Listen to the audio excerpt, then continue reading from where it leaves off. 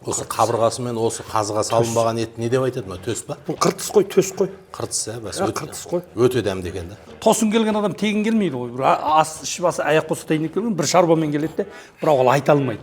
Ал енді ер азамат өзі не істеп жүргенін білмей, жасы 60-қа келсе де алттағы баланың әңгімесін айтып шауып жүрсен жақта. Есіңе салсаң ескінен сақта деп, мынау менің бір түбіне сақтап қоятын бір еттерім болады. Қонақтарға айырым. Жан-жақта қызыл жасыл болып жатқан дүниенің барлығы бізді алақтатып тастады. Өскенбайда біреуге себепсіз қамшырмайды, ендігінің қолары дүниенің көзінен тамшырлайды деп.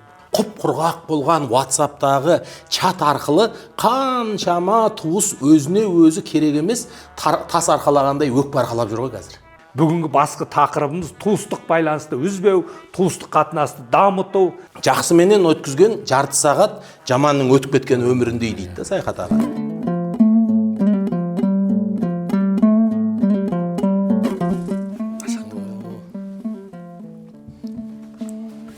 Ой, мінекей бәрекелді. Бисмилла. Енді былай ғой мұқа бауырым. Енді өзім қазақтың атқа мініп жүрген азаматысың. Мынау біздің қазақтың мынау дастарханы деген ағайынды, досты бірлікке шақыратын дәм деген нәрсе бар. Осыны бір жоралғысы қып, мынау өзіміздің қолдан шыққан нәрсе осыны ауыз тигізіп, қазақтың бір дәстүрін дәріптеп, туысқандық қатынасын дәріптеп, ағайын арасындағы ағайын тату болса ат көп, абысын тату болса ас көп дейді ғой. Сол қазақтың тұтастығын, ортақтығын қайтадан еске салып, соны былай жаңғыртайық деген мақсатпен бүгін дастархан жайып отырмыз. Өзіңіз келген қонақсыз енді. Енді мынау қазақтың бір бөлінбеген еншісі ғой осыған. Жастар бар ма? Әмин деп бата сұрап жүріңдерші. Әмин. Алла тағала мына қазақтың рызқы несібесін мол қылсын. Анау біздің ата-бабамыздан бері жалғасып келатқан дастархан мәдениеті, ағайын, туысқаншылықтың ортасының берекесі болған бүкіл ізгі өнегелер үзілмесін. Еліміз аман, жұртымыз тыныш болып, ашық аспанның астында ұл қыздарымыз өзінің ұлттық рухымен, ұлттық намысымен ғұмыр кешетін күндеріміз көп болсын. Аумин.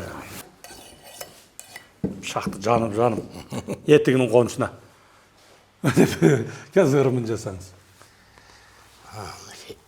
Бисмилля. Содан қиялап турап берейін. Бисмилля. Қайда жеп? Қысталған екен, а? Ана ағаш немене алманың отына. Алманың отына ыстап отырып, от жағады ғой. Ой, бұл енді. Осы қабырғасы мен осы қазыға салынбаған ет не деп айтады ма? Төс па? Бұл қыртыс қой, төс қой. Қыртыс, бәс қыртыс қой. Өте дәмді екен да. Қыртыс. Мынау мен есіңе салсаң ескінен сақта деп, мынау менің бір түбіне сақтап қоятын бір еттерім болады. Қонақтарға айырым. Солар ғой. Қыртыс деген нәрсе енді. Бұл өте дәмді жері сияқты. Иә. Қыртыс қой бұл. Міне. Бұл мына табақ тартқанда да негізі бірақ бастырып тастамай мынандай қойып отыратын бір жанама ыдыстар болу керек негізі. Бұнда не жоқ, телше де бар, жайы да бар. Осы бүкіл адамның тамаққа деген ынтасын, шынтасын оятатын нәрсе турау ғой деймін аға. Өйткені байқаймын. Мысал ғана түріктің Нұсрет деген жігіті, рестораторы осы етті турауменен әлемге бренд қылды ғой. Тұзды шынтағымен шашып. Біз дегенмен осы турауды үйрете алмай жатырмыз қазір жастарға. Деген әдемі еттер дұрыс туралмағандықтан қадірі білінбей жатыр алдымызда тұрса да. Жібекті тұта алмаған жоңғылады дейді. Сол сияқты сондай ғой. Мына өлпөрчек май ғой мына. Кел. Пышақ өткір болу керек, а? Пышақ өткір болу керек, бір ет бір май туралу керек. Одан мынау емнету керек қой. Бір етті турай бермейді қазып. Әрбір еттен араластырып, түрлі еттерден. Негізі барлық малдың төс еті тәтті болады, Ол сіңгірлі май ғой. Содан. Сыртқы қыртыс май дәмді болады.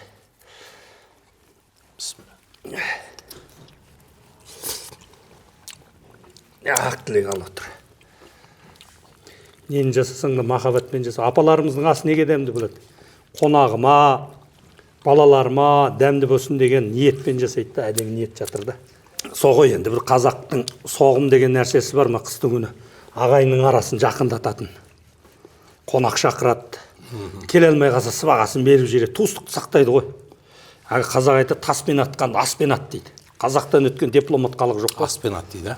Аспен ат дейді. Таспен атқанды аспен ат дейді. Ол әр нәрсенің өзінің шегін айтып отырады ғой. Туыстық ағайындыққа шақырып алыңыздар.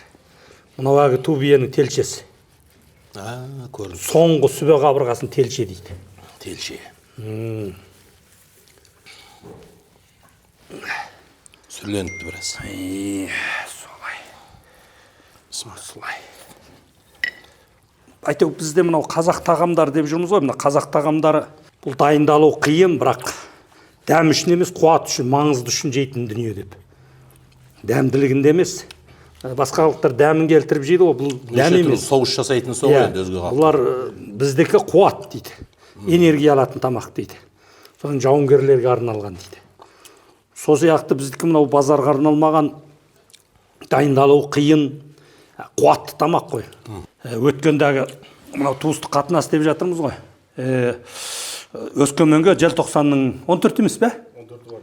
Өскеменге барып 2 жылқыны дайындап бұл кісі. Содан бүткіл туыс туғанын өкпелеп жүрген ағайындарды, өзіңіздің ағайындарды ренжіп жүрген жеңгелерге сауға беріп, сыбаға беріп, үлкен бір сондай тоғынбасы дегенді сылтауратты туыстарын жинап, бір жақсы жоралғы жасады, соған спонсор болды, соны бастады, біз түсірдік, соны ютубқа тіркелдік, салдық, көпшілік соған тіркеле кетіңіздер. Бұл халықтың қазынасы, сіздер үшін жасақ қойған дүние, біздік емес жеке. Осы майлы қазыны қара етке араластырып жесе, адам жүрегі қайтпайды. Ет 3 қабат деп айтты қой өткенде. Сіңгір, май, қара кесек, сонысымен қыртыстымен дәмі ғой. Қазақтың бөлінбеген бір табақ еті, бір шауым шайы, бөлінбеген еншісі дейді.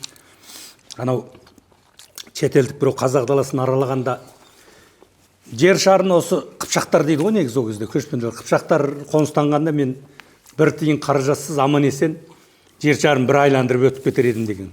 Ол заманда мына жібек жолында, мысалы менің әулетім, менің руым, содан жолаушы керуен өткен кезде мен соның амандығына жауап береді екенмін. Кім болсын? Содан кейін сіздің ауылыңызға өткізіп беремін. Егер менің ауылымда, менің территориямда тоналса, мен соған басыммен жауап береді екенмін, төлемін төлейді екенмін, кісінің құнын төлейді екенмін. Міне сен өткізіп ары қарай жібереді екенмін, сіз ана кісіге өткізіп. Өстіп осындай дала заңы бар екен. Бұл жұмайтын. Керуен тонау деген өте жаман, ауыр күнәға жатады екен. Көрдіңіз бе? Сондай сенім мен бейбітшілік заман болған ғой. Қай уақыттан да мысалға ол енді керуен деген экономика ғой. Экономикада инвестор сенім, тұрақтылық деген маңызды нәрсе. Мысалы кез келген мемлекетте соғыстың өрті болса, қандай да бір лаңкестік болса, инвесторлар қашады. Керуен өй жерден өтпей қалады. Сондықтан мысалы біздің жаңағы текті бекзат бабаларымыз әлемдік экономиканы ғана ойлап тұрған жоқ, елдің абыройын ойлап тұр ғой. Мысалы үшін керуен тоналмаса әлемдік экономикаға әсер етпейді. Керуен уақытында барады. Анау Қытайдан Европа, Европадан Қытайға. Енді осы бекзаттықтың негізгі бір түбінде адалас жатыр ғой аға. Өйткені мына жеріңнен өткен нәрсемен дейді, үстіңе киген нәрсе адал болатын болса, Құдайға көтерілген дұғаңда қабыл болады екен. Мысалы үшін қазір мына бай бағландармен араласқан кезде, енді бала кезімізден әртүрлі ортада жүрміз ғой, бай бағландармен араласқан кезде мен оларды былай бағалаймын. Егер әлгі ауқатты жігіт адам мына алдындағы тамақтың қайдан келгеніне жауап бере алса, мен оған байлық орныға бастаған екен деп ойлаймын. Себебі байлық бір адамға береке болу үшін, байлық бір адамға орнығу үшін, ол адам мына тамағынан өткен тамағынан қайдан келіп жатқанын білу керек. Бірақ байлық деген мүмкіншілік қой. Сенің сонша мүмкіншілігің бола тұра алдыңда асыңа жауап бере алмасаң, онда әлі байлық ол сенде келіп кетіп жатқан дүние, қызыл жасыл дүние. Сол себепте мысалға сұраймын, мынау не ас деген кезде ол айтады, мына өзіміздің ферманың сиырының сүті, өзіміздің ешкінің құрты, өзіміздің жылқының еті деген кезде құрметім оянады. Байлыққа деген емес. Еңбекпен келген. Иә, байлыққа емес, ол кісінің байлықты адал жолмен тауып, және соны орнықтырып жатқанында. Мысал үшін, байлықтың атасы ол келіп кеткен дүние емес. Ол баладан балаға қалған дүние. Мұра екен. Мұра. Мысал үшін, соның тікелей түбінде тұратын нәрсе адалас. Екінші дүние, дастархан көптің басын қосады, сыпыртқы боқтың басын қосады деген мақал бар қазақта.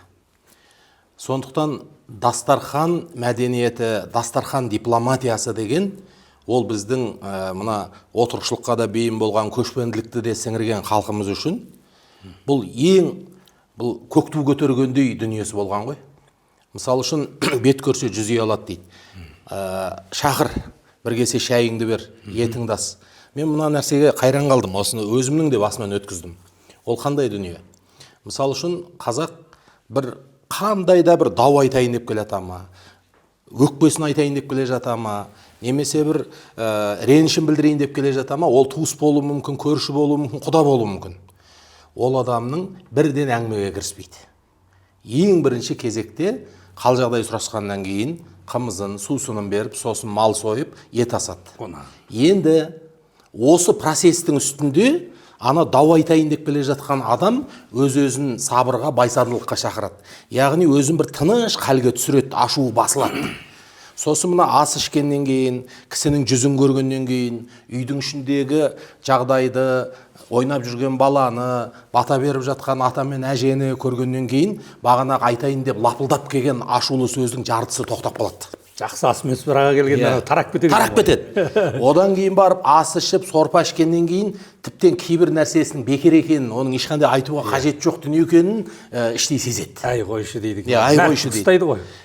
Одан кейін барып мына жақтан бір ақыны келіп бір термесін толғап жатса, мына жақтан сіз бәленшеге қапты деп жаңа көрші үйдегі туысқандар келіп сәлем беріп жатса, соңында ана адам ойлайды, мені сонша құрметтеп, менің алдыма бас қойып, жан бас қойып, осыншама сыйластық болып жатқан кезде, мен бір болмайтын пендешілікпенен аузымды ауыртпай-ақ қояйын. Деп, талай басталып келе жатқан дау, әдемі дастархан, көркем көңілменен шешіліп кетіп отырған негізінде. Енді қазіргі кездегі біздің жоғалтып алған дүниеміздің бірі, осы бет көрсе жүз ұялады деген дүние біздің өмірімізден кетіп қалды. Оның орнына не істейміз? Чат құрып алғанбыз WhatsApp-та, отырамыз ағайын туыс, сөз қуамыз. Сосын кейін біреу бір нәрсені деп қалса, мына жақтан отырамызды жаңағы анаған жазамыз. Жаңа саған көрімдік бермеді ғой анау. Ана құтты болсын деп айтпады ғой. Осыны сөйтетіні бар дейміз. Анау да деп смайликтер қойып не қылады. Біз бет көрсе жүз ұялып, көзіңнің нұрына көзіңді қадап отырып сөйлеспегеннен кейін, алдыңдағы дастарханға бісміллә деп, жаңағы құдаға жан басыңды, қарияға басыңды беріп отырып әңгімелесіп, мәселені шешпегеннен кейін, құп-құрғақ болған WhatsApp-тағы чат арқылы қаншама туыс өзіне өзі керек емес тас арқалағандай өкпе арқалап жүр ғой қазір. Жақсылап бүйтіп түртіп қалсаң, түк жоғар жағында. Бар болғаны біреуге смайлик баспаған, біреу бір жақсылығын айтқан кезде жұрт оған қуанып, қол соқпаған, сонымен ақ. Сонда айналып келгенде бұл дастархан, мына тамақ, мына ас, мына қазы, мына дүние, бұл мақтаныш емес. Бұл мына көңілдерді тазартатын бір көпір. Себебі мынау арқылы ұлттық кодың қозғалады. Есіңе түседі сенің кісі екенің, адам екенің, құрметті адам екенің. Мысалға мынандай дүние бар Саяхат аға. Өзін бағаламаған, өзінің басын бағаламаған біреуді сыйламайды дейді. Мысал үшін кез келген адамға ұғындыратын бір дүние бар. Мысалға мен сізге бір дастарханда отырғанда әңгіме бастау үшін не деймін? Саяхат аға, сіз баяғы бәленшекеңнің немересісіз, түгеншекеңнің ұлысыз. Сіздің анаңыз қандай еді, әкеңіз қандай еді дегенде, бұл кісі мен жайында 50% жақсы ойда отырады. Сонда есіне түсірдім ғой, тегін, қасиетін, тәрбиесін. Көрдіңіз ба? Сонда басын бағаладым. Енді ары қарай дастархан алып, сіз жоқ, сіз ауыз дейіңіз. Сіз алыңыз деген кезде, бұл кісіде не пайда болады? Бірінші кезекте маған деген құрмет емес, өзіне деген құрмет пайда болады. Адам өзін құрметтейді. Мен айтпақшы, баяғы Дінмұхаммед Қонаевтың батасын алған Мұхамеджан едім ғой. Мен баяғыда Тұманбай Қадырдың қасында жүрген Мұхамеджан едім ғой. Қой, мен мына келіннің бір ауыз сөзін көтере алмай қалмайын, немесе анаған көңіл бөліп қалмайын деп, адам өзін бағалы, құрметті адам екенін сезіну керек. Өзін құрметті адам екенін сезінген кезде не болады? Біреуге ренжу, біреуге сөз қайтару, біреуге ұсақ пендешілік сөз айтуға сен қадам жасамайсың. Неге? Қадірлісің ғой. Кішірей алмай қаласың. Қадірлісің, одан түспейсің. Қадыркей деген үлкен бір менің қайын жұртымда ақсақал өткен. Сол Қадыркей ақсақалдың бір ғажап сөзі бар. Мен сол сөз әрдайым менің жүрегіме бір ескінің үнін әкеп отырады. Ол қандай сөз? Көрші үйдің баласы кеп, немесе немере шөберелер кеп, ішінде танитыны бар, танымайтыны бар, асыр салып үйдің ішінде шулап ойнап жатса, айбынды болған, кеше Сәкен Сейфуллиннің қасында оққа қары болып жүрген, не деген шоқпар ұстап, жаңағы шоқпардай кекіл бар тұлпар мінген атамыз бір балаға қарап «Хейт» демейді екен. «Ей бала, тейт» демейді екен. Соны сұрайды екен жаңағы бауырлары: «Көке, батыр едіңіз, айбынды едіңіз, осы бетіңізге жан қарамаушы еді, осы кішкентай балаларға келгенде неге сіз үніңіз шықпайды? Неге бір балаға тәй-тәй деп айтпайсыз?» дейді ғой. Сонда ақсақал айтады екен: «Ей шырағым,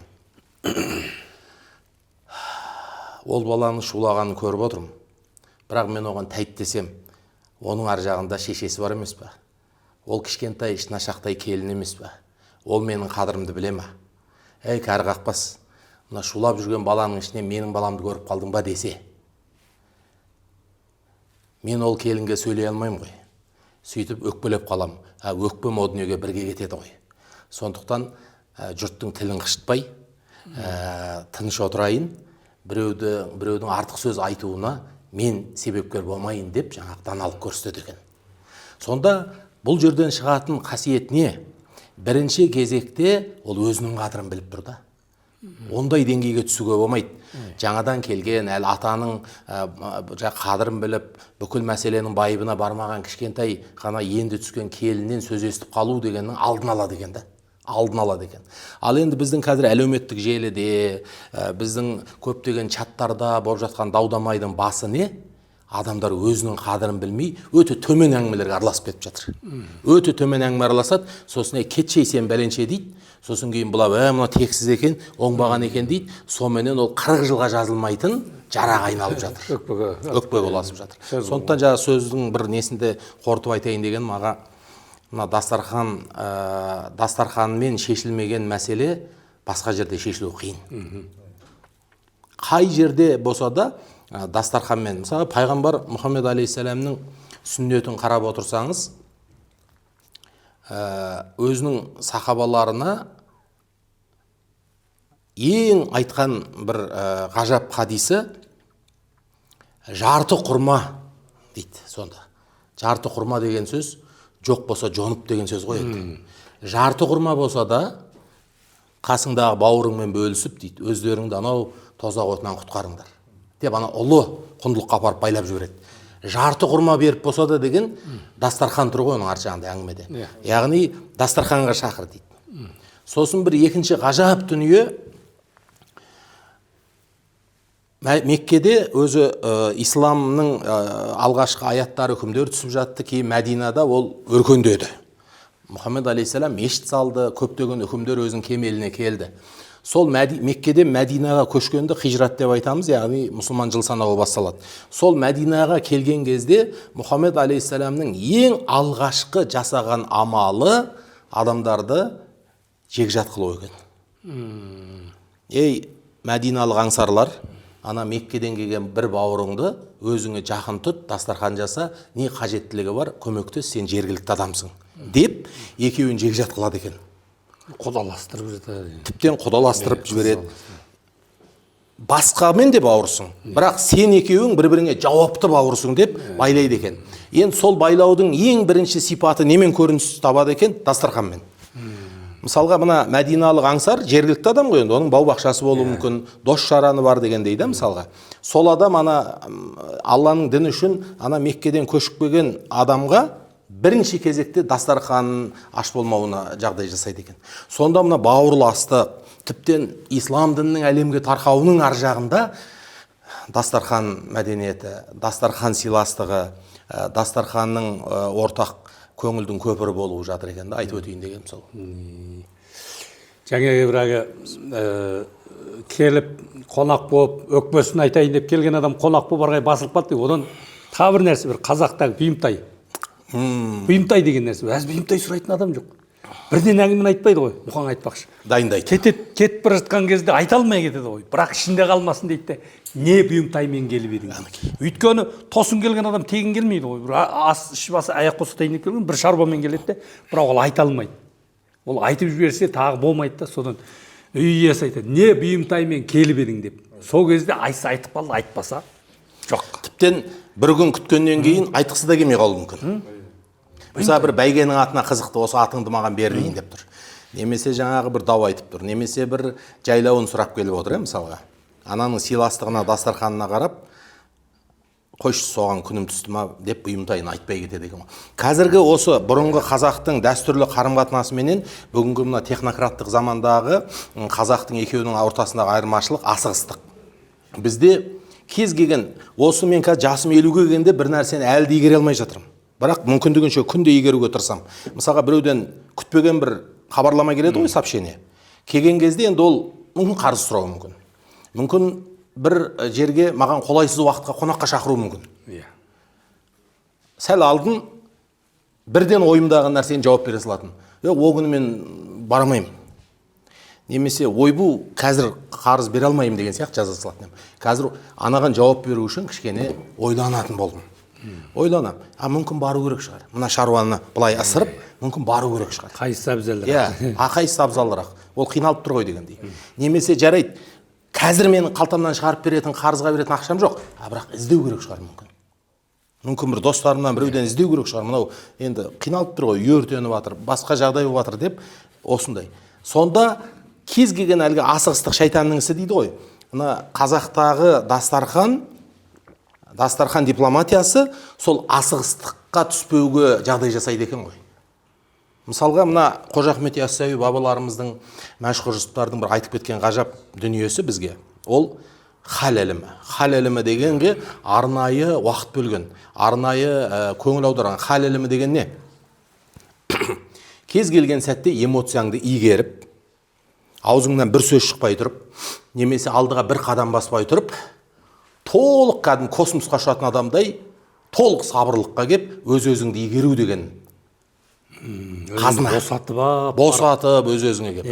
Ана жақында енді айтуға болады деген кітабымда осы мәселеге біраз ашыңқырап мән бердім. Біздің қоғамда байқасаңыз, соңғы уақыттарда мына нәрсе кетіп бара жатыр.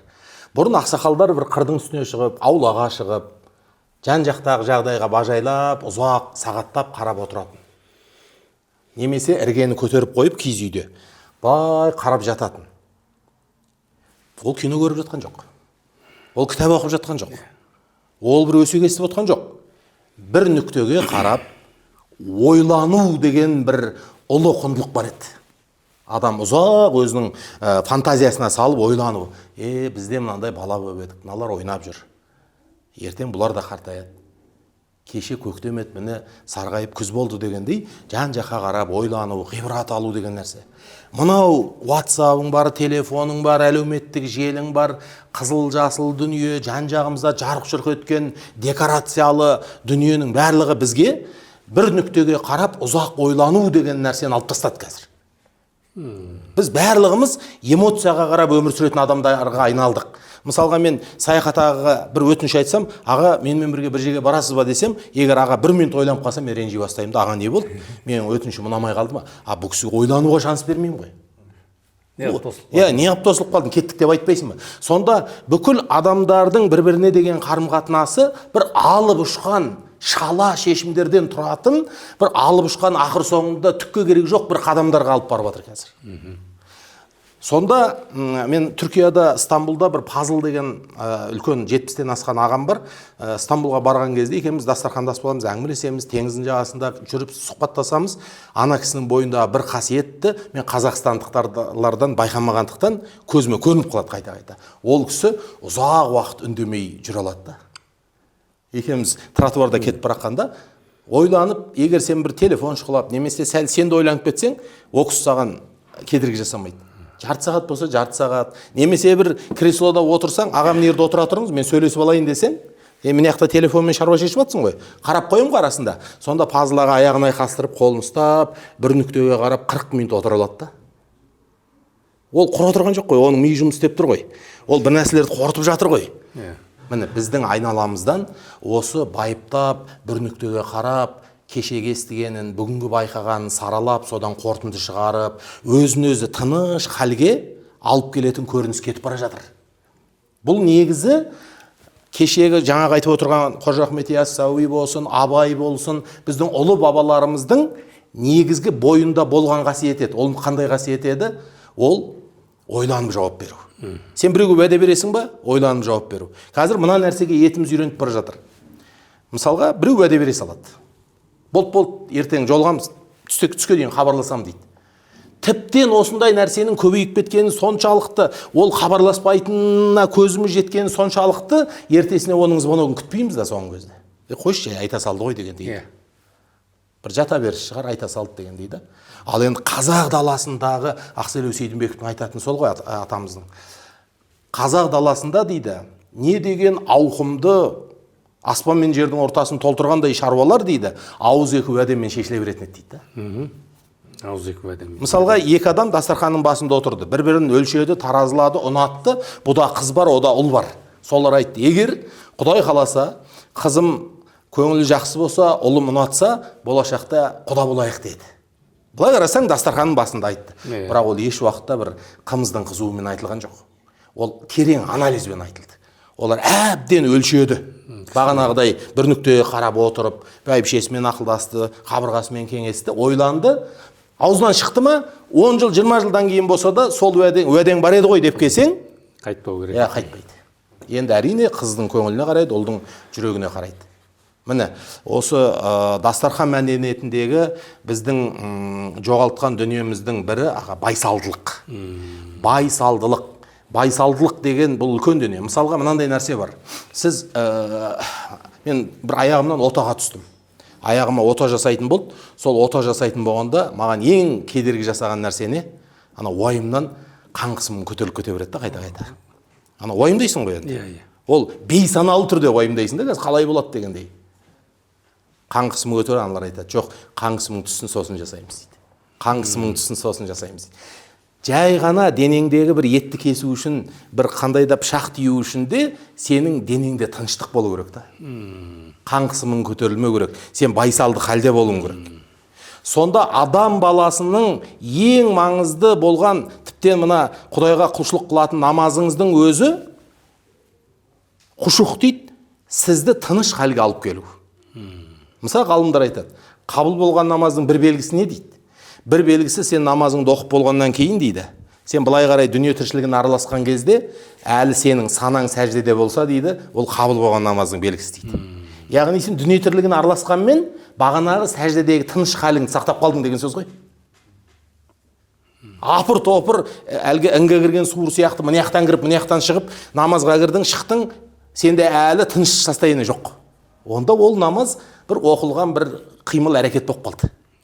Сен намазға кірдің, намазыңды оқып болдың, Құдаймен тілдестің, өзіңді тыныштандырдың, бағанағы дүниенің әуресі мен әбігерінің барлығы жай нәрсе екенін білдің, Аллаху акбарыңды ассаламу алейкумыңды айтып шықтың.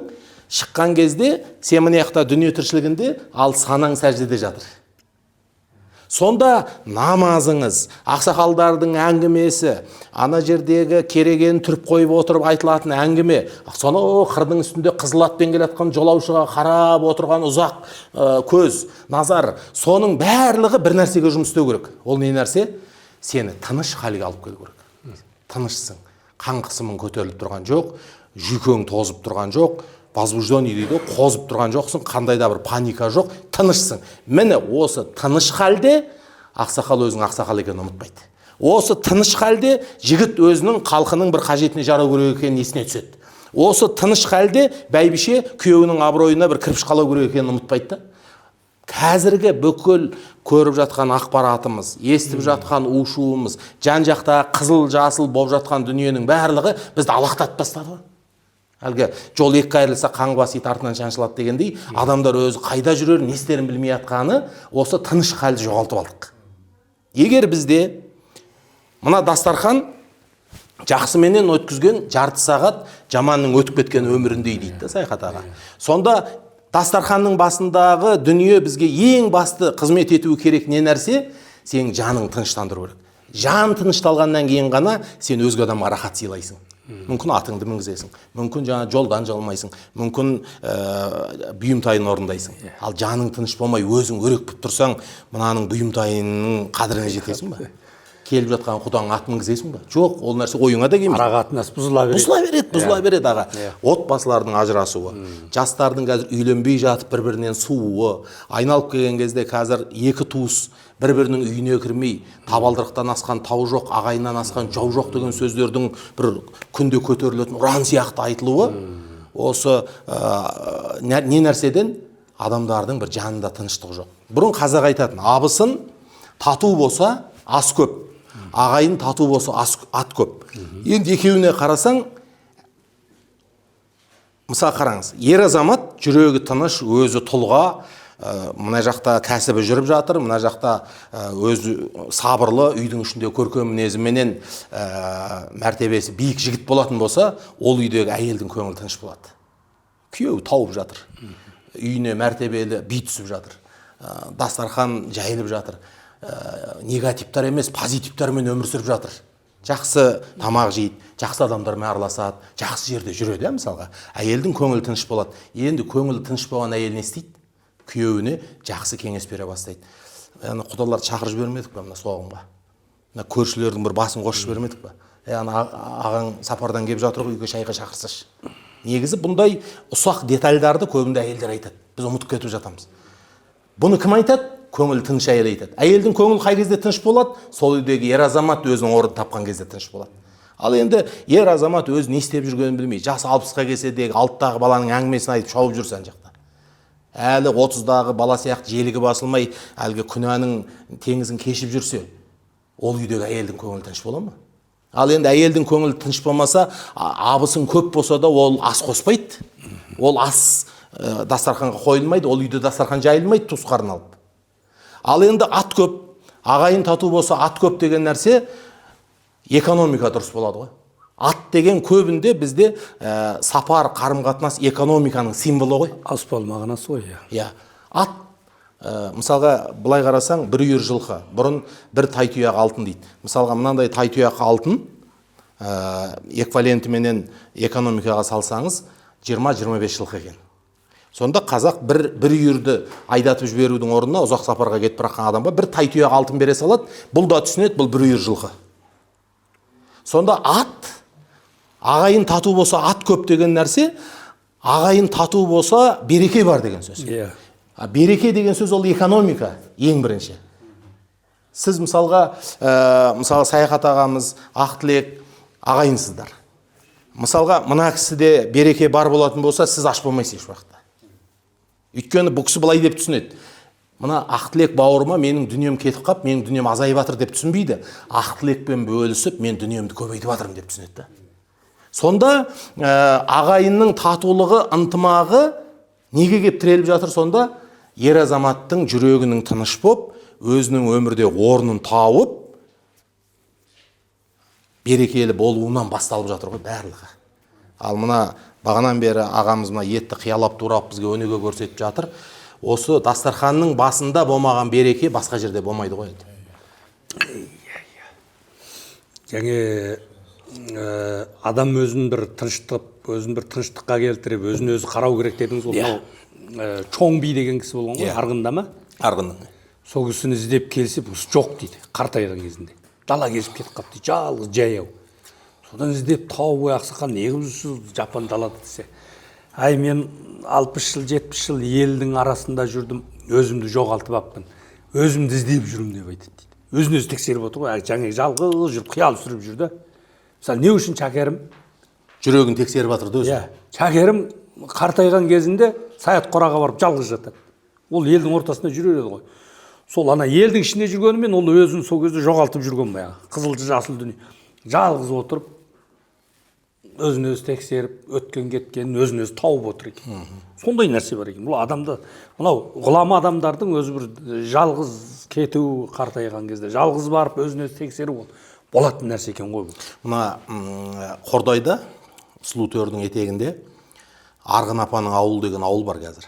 Ол негізі Ноғайбай деген үлкен би болған, сол заманның белгілі адамы, 19 ғасырдың басында өткен. Сол Ноғайбайдың екінші отбасы Арғын апа болған, Ақмай деген кісі. Енді сол кісінің бірінші бәйбішесі Әсел бәйбіше деген кісі болған. Мына үлкен академик ағаларымыз өзінің кітабында жазады. Әсел бәйбішеден дәстүр қалған деген сөз бар. Мысалға, әр әйел дәстүрді ұстауы мүмкін, бірақ кейбір әйелден дәстүр қалады екен артында. Әсел бәйбішенің дәстүрі деген дәстүр. Сонда қандай дәстүр деп сұрасақ, бірнеше нәрсені айтады. Бірінші, ауылға қонақ келіп, боз үй тігіліп, қонақ күтетін кезде бұл кісі ит пен баланы тойғызып қойыңдар дейді екен. Ит аяққа оралғы болып, келген қонақтың жылқысының мазасын ап жүрмеу керек. Ит тойып алып, арбаның астында жату керек. Баланы тойғызып қой, бала тойса ойнап кетеді. Ал тоймаған бала келіп есіктің аузында қонақтан жаңағы әр нәрсе дәметіп тұрады. Сондағы жаңағы бәйбішелердің берекесінің өзі, ана адам келген қонақтың жүрегіне тыныштық сыйлау үшін, дастархан берекелі болу үшін алдын ала ойластыратын сондай дәстүрлер болған ғой. Мысал үшін. Қазірдің өзінде де енді соның бір жұқаналары бар ғой, қонақ келетін болса, балаларды көршінің үйіне жіберейік, жаңағы қонақтарға ыңғайлы болу үшін мына бөлмені кеңейтіп қояйық деген сияқты жағдай жасаймыз ғой. Сондықтан біздегі аға проблема дастарханда қонақта емес, формасы өзгеріп кетті ғой. Мысал үшін қазір қонақ шақырылған жақсы, одан қазақ кедей болмайды, бірақ көп қонақ артының нәтижесі жоқ, құр жиын ғой әшейін. Тусовка болып кетті ғой.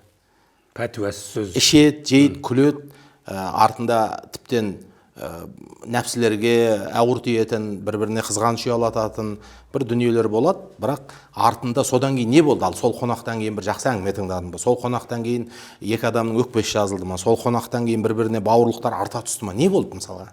Жоқ, өкінішке орай ішті жеді, кеше ана үйден енді біз асырып жіберейік, олар қымбат вино қойды, енді біз қымбат шампан қояйық деген сияқты әңгімелерменен көп дүние кетіп жатыр. Қазіргі ысырап деген нәрсе, дәстүрде жоқ деген нәрсені айта бастасаң, сен біреудің дастарханын қызғанасың ба деген әңгіме айтылады.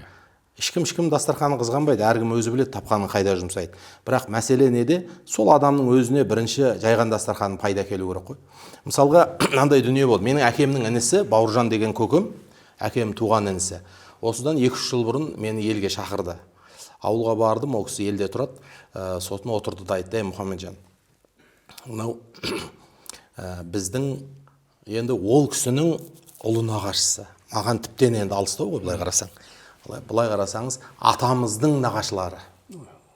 Түп нағашының ар жағы. Сол кісілер тауып алдым дейді да. Ұлы анамыз болған Мәриям деген. Сол кісілер Созақтың қоңыраттары екен. Сол кісілердің дерегін таптым.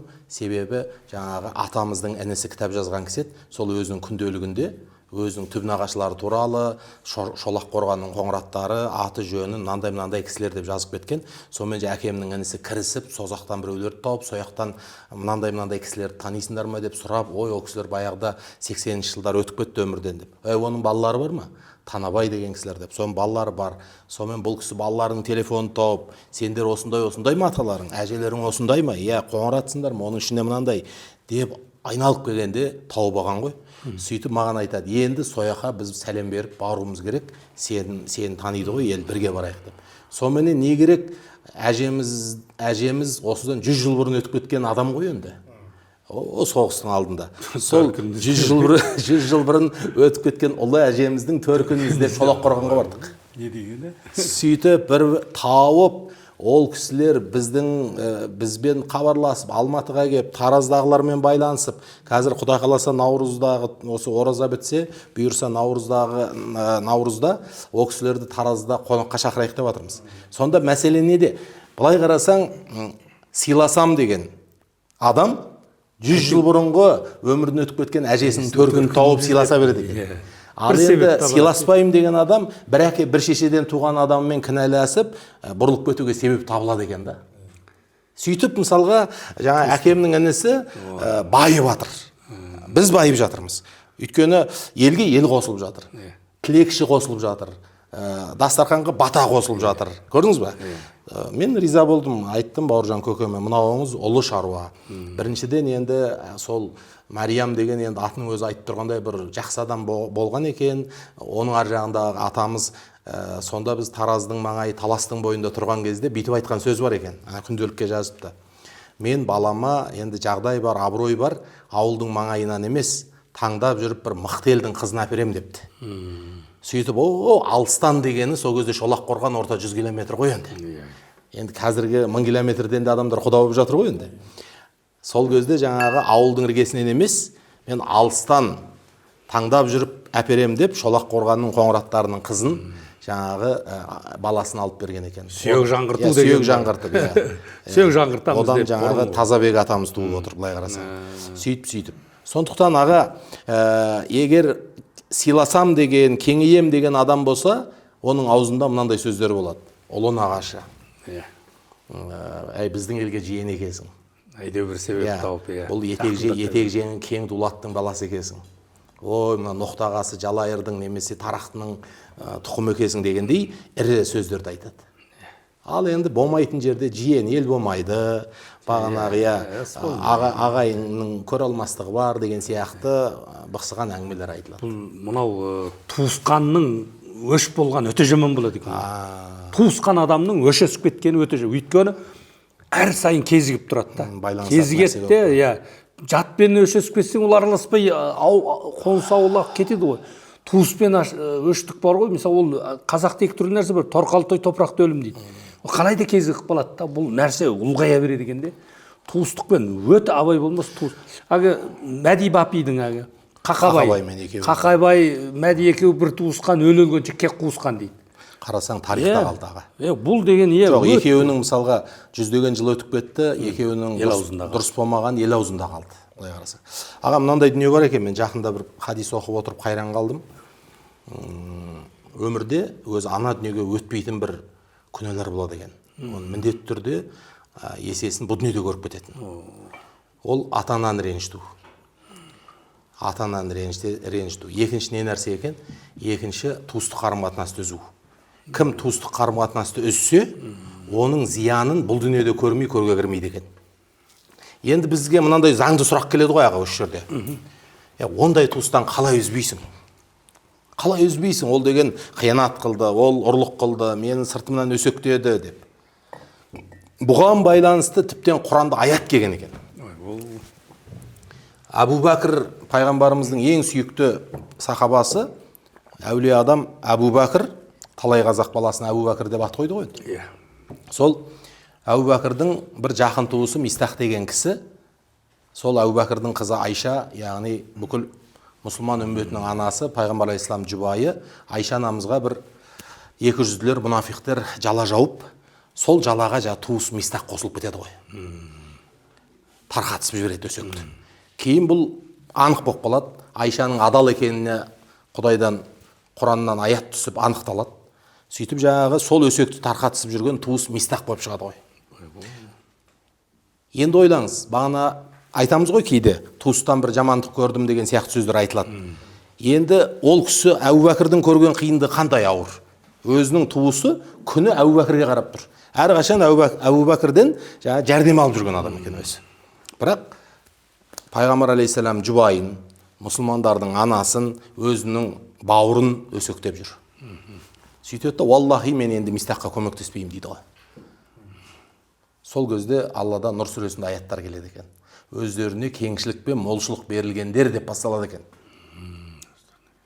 Сендер жолда қалғандарға, міскіндерге көмектеспеймін деп Алланың атымен ант ішпеңдер деген мағынада аят келеді екен. Былайша айтқанда, егер оларға көмектеспесеңдер, Алла сендерге кеңшілігін тоқтатып қояды деген. Сонда Әбу Бәкір шошып кетеді екен да, «Валлахи, мен енді өмірім соңына дейін Мистахқа көмектесіп өтем» дейді екен.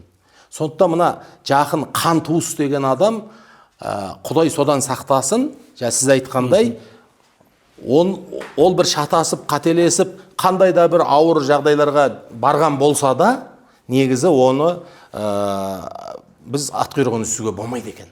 Өйткені ат құйрығын үссек, Алла бізден мейірімін үзіп тастайды екен. Алланың мейірімі үзіліп кетеді екен бізден. Енді ол үшін не істеуіміз керек енді? Ол үшін мынандай нәрсе істеуіміз керек. Бірінші кезекте ағайынымыздың арасында сондай әлсіз позицияда дейміз ғой, енді бір адамдар бар болса, содан сақтанып жүру керек. Мінезді бір жеңгеңіз болса, соны түртіп алмау керек. Ну что, жеңген болса деп, неғылы артық айтудың қажеті жоқ. Білесің ғой оның мінезі бар екен. Айналып өтіп кетіп жүру керек. Немесе бір сәл іштарлығы бар, бір туысқаның бар болса, өзгеден гөрі оған көп беріп, әйтеуір бар дүниеңмен соның көңілін алып отыруға тырысу керек. Елмен бірдей беруге болмайды. Мынағанда шапан емес, оған қой қосып беру керек. Өйткені ол адамның ішкі дүниесінде сондай бір пендешілігі бар. Сәл көремей қалуы мүмкін. Ондай адамға бар дүниеңді пайдаланып, ортаға қорған жасайсың. Негізі туысқандықты негізі кемшілігімен қарсы аласың ғой, жақсылығымен емес. Қарсы аласыз бір. Екіншіден сол кемшілігіне қарай бір махаббат мейірімнің қарым-қатынасын жасайсыз. Енді Әбу Бәкір не деп отыр? Мен Мистаққа енді қияметке дейін жақсылығымды тоқтатпаймын деп тіптен үстіне қосып беріп отыр ғой. Енді бір нәрсе бар. Ол не нәрсе? Бағанағы Қадыркей ақсақал келіннен сөз естіп қалудан алдын ала сақтанғаны сияқты, туысты әрқашан зерттеп танып жүру керек. Бірге туғанын танымайтын адамдар көп. Бірге туған жақын, бірақ оның супер силасы дейді ғой енді, плюстері бар, минустары бар. Соны біліп жүру керек. Мысалға, жаңа Пайғамбар алейхиссалам айтқандай, егер бір адамның Алла қоғамда дәрежесін көтерген болса дейді, оның хақысын беріңдер дейді. Енді сенің әулетің ішінен бір генерал шыққан болса, бір білмеймін қандай да бір үлкен лауазымдағы ел сыйлаған адам шыққан болса, бір патшадан орден тағып жүрген бір адам бар болса, ну что, сен менің бажамсың ғой деп қарауға болмайды. Сен менің жай ғана бажамсың емес, хақысын беріп, оны төрге отырғыз, хақысын бер. Ол жағымпаздық емес, ол жалпақтау емес. Ол оның хақысын беру. Өйткені жігіттің өзімен тартыссаң да бағымен тартыспа дейді. Алла оның бағын көтерді. Ол мүмкін сенің сыныптасың шығар. Ол мүмкін ауылдасың шығар. Кеше тайғұлындай тебісіп, бірге есек көкпар тартқан ауылдағы бір жай жігіт шығар. Бірақ бүгін Алла дәрежесін көтерді. Соған сай Алла көтерген адамның бағын кемсітпеу керек. Енді әулеттің ішінен бір адам шықты дейік. 10 баласың, 8 баласың, 7-еусің, ішіңнен біреу үздік болып шықты. Сол сәттерде бір жақсы адамдардың шарапатын көріп қалды. Қандай да бір бағанағы айтқандай біреулердің батасы қабыл болып шықты. Шықты ма, соның тілеуін тілеу керек. Аяғынан тартпау керек. Ол адам енді әпіл-тәпіл көтеріліп баққанда жан-жақтан ананы бер, мынаны бер, сен көтеріліп атсың деп дүние сұрап, ананы сұрап, сен бірге бүкіл жағдайды бір сәтте жасап тастайын деп, ана енді бүр жарып, енді тамырланып баққан адамды өшіріп тастауға болмайды. Дәуірлету керек. Енді сол әулеттің ішіндегі сен бақ берген адам сен болып шықтың енді. Алла сенің дәрежеңді көтерді. Ол кезде ол адам не істеу керек енді? Құдай менің дәрежемді көтерді, енді мен мына туысқандарымды мен де тартайын деп ойлау керек. Міне, екі ниет қатар келсе, мына Құдай бақ берген адам жауапкершілікті сезінсе, ал енді өзінің әулетінен бір адам озып шыққан кезде соған мыналар тілектес болса, міне осы әулеттің ынтымақ берекесі жарасады аға. Осы. Енді өте көп әулеттерді білеміз Қазақстанда. Өте көп аты шулы, енді астын сызбай-ақ қойып, әулеттерді білеміз. Көп әулеттер дүрілдеп кеп, шидің қиындай шашылып кеткен әулеттерді білеміз. Енді жайлап кеп 20-30 жылда бүкіл Қазақстан солардың бетіне қараған әулеттерді білеміз. Енді соның түбінің себебіне қарасаң, сол әулеттен шыққан бақ қонған адам туысқандарына шарапатын тигізген, ал енді сол әулеттің басқа адамдары ортасынан озып шыққан адамға әрқашан тілектес болған. Ынтымақ, бірлік пейілдің кеңдігінде. Бақ қонған адамда да кең пейіл болу керек. Соның енді ең үлкен белгісі не? Ол әйел адамдарда. Мына алғаның жақсы болса деген сөз бар қазақта. Алғаның жақсы болса. Сен қанша ағайының дүрілдеп тұрса да, өзің лауазымның биік дәрежесінде болсаң да, бәрібір дастарханыңның кілті сенің алғаның адамыңа байланып тұрады. Әйел адамның пейілінде дұрыс болмай қалса, келтірмеймін деген адамды келтірмейді, араластырмайым деген адамды араластырмай жібереді. Неге? Себебі біз ер азамат болғасын әйелге ең нәзік жерімізден байланғанбыз. Сыртта батыр болғанмен махаббатымызды әйелге арнаймыз. Сыртта сұлтан болғанменен бір жұмсарып, ашылып, шашылатын кезіміз әйелдің алдында болады. Бұлайша айтқанда біздің әлсіздігімізді әйеліміз көреді. Әлсіз тұсымызды ол біледі. Сондықтан әйеліне алдырмайтын жігіт болмайды. Сол себептен Алладан тілегенде, Алла, алған жарым жақсы болсын, алған жарым кең болсын, берекелі болсын, етек жеңін кең болсын. Пайғамбар алейхиссалам айтады, сондай бір сұлу жаңағындай ұрпаққа несі жоқ, берекесі жоқ адамнан гөрі дейді, қап-қара болса да көп бала туатын әйел одан артық дейді. Яғни ниеті, пейілі, балаға деген қарым-қатынасы. Енді әрине кейбір адамға Алла бермеуі мүмкін, бірақ өзінің пиғылынан бала көргісі келмейтін адамдар болады осы заманда, мысалы үшін, Құдай сақтасын. Сол себептен аға, мына үлкен дастарханның үстінде отырмыз ғой, былай қарасам, мына дастарханға қарап, не нәрсе еске түседі деген кезде, көзге жас келетін, көкіректің шерін қозғайтын бір дүние еске түседі. Ол не? Бізде өкінішке орай мына дастархан қалды, мынау қазы-қарта жал-жая қалды, бірақ осының үстіндегі өнеге мен үлгі кетіп қалды. Осы әсіресе соңғы 300 жыл, әсіресе соңғы 70 жыл әкем горилла, шешем шимпанзе деп, Құдай жоқ, бағанағы айтқандай, бізде дұрыс мәдениет болмаған, бізде дұрыс әдебиет болмаған, бізде құндылық болмаған, көзімізді ашқан мына үстемелдер деген сенімін жоғалтқан кез, өкінішке орай талай тамырды қиып кетті. Қарапайым ғана нәрсе, мен жаңа аяғыма ота жасаттым, ота сәтті шықты, Құдайға шүкір, бірақ сол тамырлар қиылғаннан кейін, бір жерде ұзақ отырып қалсам, намазда ұзақ отырып қалсам, тұрған кезде кейде аяғым бірден іске қосылмайды. Ана бірнеше тамырлы жоқ қоян жерде, нәр келмейді. Басқа тамырлармен басқа жерге нәр келем дегенше, біраз аяғымды қимылдатып барып жүруім керек. Ұлт да сондай. Ұлттың талай тамыры қиылып кеткендіктен, оның да бір есеюі. Мысалға, біз бұлай жағдайға қарап отырсаң, мысалға, жөргем дейді. Мысалға, жүргенге жөргем ілінеді дейді. Оны жай қазір әдебиеттен алыс адамдар білмейді. Біз сияқты енді ақын, әдебиеттің маңайындағы Саяхат аға сияқты кітаппен дос адамдар біледі. Былай қарасаң, жөргем деген ол тек қана тамақ емес. Жөргем деген ол тек қана бір әлгі өріліп, қосқа тасталып кеткен тағам емес. Ол адамдардың бір-біріне деген жанашырлығы. Өзінен кейін сол саяттап, жолаушылап жүрген адамның тауып ап талға жуғылатын қамқорлығы.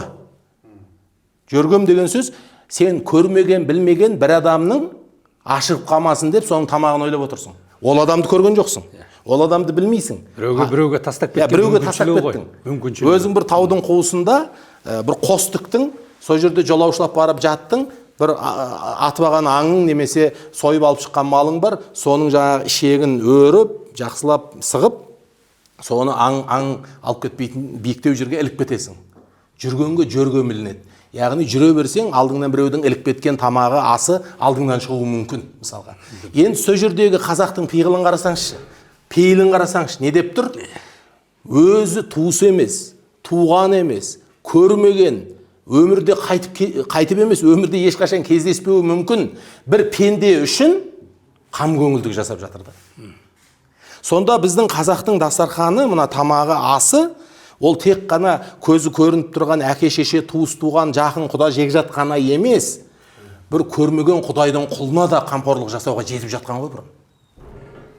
Қазір сенің бірге туған ағайының үйіңе кіріп, мына асты жей алмауы мүмкін, өзі тығылып жеп отқан адамдар болуы мүмкін да. Қойшы соларды шақырсаң да жақсылығыңды білмейді, шақырмасаң да жақсылығыңды білмейді.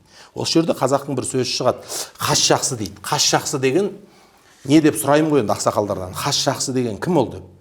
Қас жақсы деген жақсылық жасаушы ғана адам емес дейді. Қас жақсы деген жақсылығына қоғамнан жақсылық жасаған адамдардан жамандық қайтып, сол жамандыққа да сабырлық қып жақсылығын жалғастырған адам дейді. Қас жақсы. Өйткені жақсылықты сәл тегі дұрыс, сәл қолында пұлы бар адам жақсылық жасауы мүмкін, адамшылықтың қақысы үшін. Бірақ өкінішке орай елдің бәрінен жақсылыққа жақсылық қайтпайды. сол жақсылық қылған адамың қақыңды бермеуі мүмкін, немесе өкінішке орай артыңнан пышақ ұруы мүмкін. Бірақ сол кезде де Алла үшін сабыр қылып, сол пенделердің иттігін басынан асырып жіберіп, жақсылық жамандыққа жақсылықпен жауап беріп, таспен атқанды аспен атып, жақсылығын жалғастыра алған адамды қазақ хас жақсы деп айтады екен. Жақсылыққа жақсылық әркімнің ісі, жақсылыққа жаманшылыққа жақсылық ергісінің ісі дейді. Енді осыдай хас жаман деген бар еді. Хас жаман деген бар. Ол хас жаман кім? Танымай білмей, мысалға майданның екі шебінде болып қап, шайқасып жүрсең түсінікті. Мына партияда, сен мына партияда болып бір-біріңмен дауласып жүрсең түсінікті. Бірақ бір адамдар болады. Дастарханыңда асыңды жейді. Анаңның батасын алады, әкеңнің алғысына бөленеді. Сөйтіп жүріп киізіңді тіліп кетеді ғой. Сөйтіп жүріп сенің сүрінгеніңді күтіп отырады ғой. Соны хас жаман дейді. Ол көрді ғой. Асыңды ішіп аяғыңа тепкен деген. Сондықтан осы дастарханның төңірегінде адамдарды квалификациялап, яғни адамдардың бағасы да беріліп жатқан ғой. Осы бір дастарханның төңірегінде кімнің жақсы, кімнің жаман екен. Мысалға бір ғажап нәрсе бар аға. Ол не? Бұл Пайғамбар алейхиссалам сүннетінен келеді, бірақ біздің ақсақалдар оны дәстүр қылып кіргізіп кеткен. Пайғамбар алейхиссалам несінде, өнегесінде бір жерге отырған кезде дейді, кейін келген адам тұрғызып жібермейтін жерге отыр дейді. Ол терең мағынасы бар. Осыны ақсақалдар айтады. Айналайын, ол дейді, сен бір есіктен кіргенде шығатын есіктен ойлан, анализ жаса, ойланбай өмір сүрме деген сөз ғой. Сен келген кезде бірінші бұл қонаққа кім шақырылып жатыр? Бұл қонақта кім бар? Жалпы кімнің дәрежесі қандай? Кімнің қоғамдағы дәрежесі? Орны қандай? Бар, бәрінің орны бар. Қасқырдың үйірінің өзінде бір 20 қасқыр болса, сол 20 қасқыр бір аяқ ізбен жүргенде бекер жүрмейді. Ана алдында мықты қасқыр, ортасында әлсіз, артына таман ұрпағы, ең арлан артында жүреді бәрін қарап. Жай ғана қасқыр бір аяқ ізбен жүргенде қасқырдың үйірінің әрқайсының өзінің функциясы бар атқаратын. Ал қазақтың дәстүрлі дастарханының басында отырған кезде ол келіп отыра салмаған. Ақсақалы, бәйбішенің етегінде немересі дегендей, әрқайсының өзінің орны бар. Енді не деп отыр?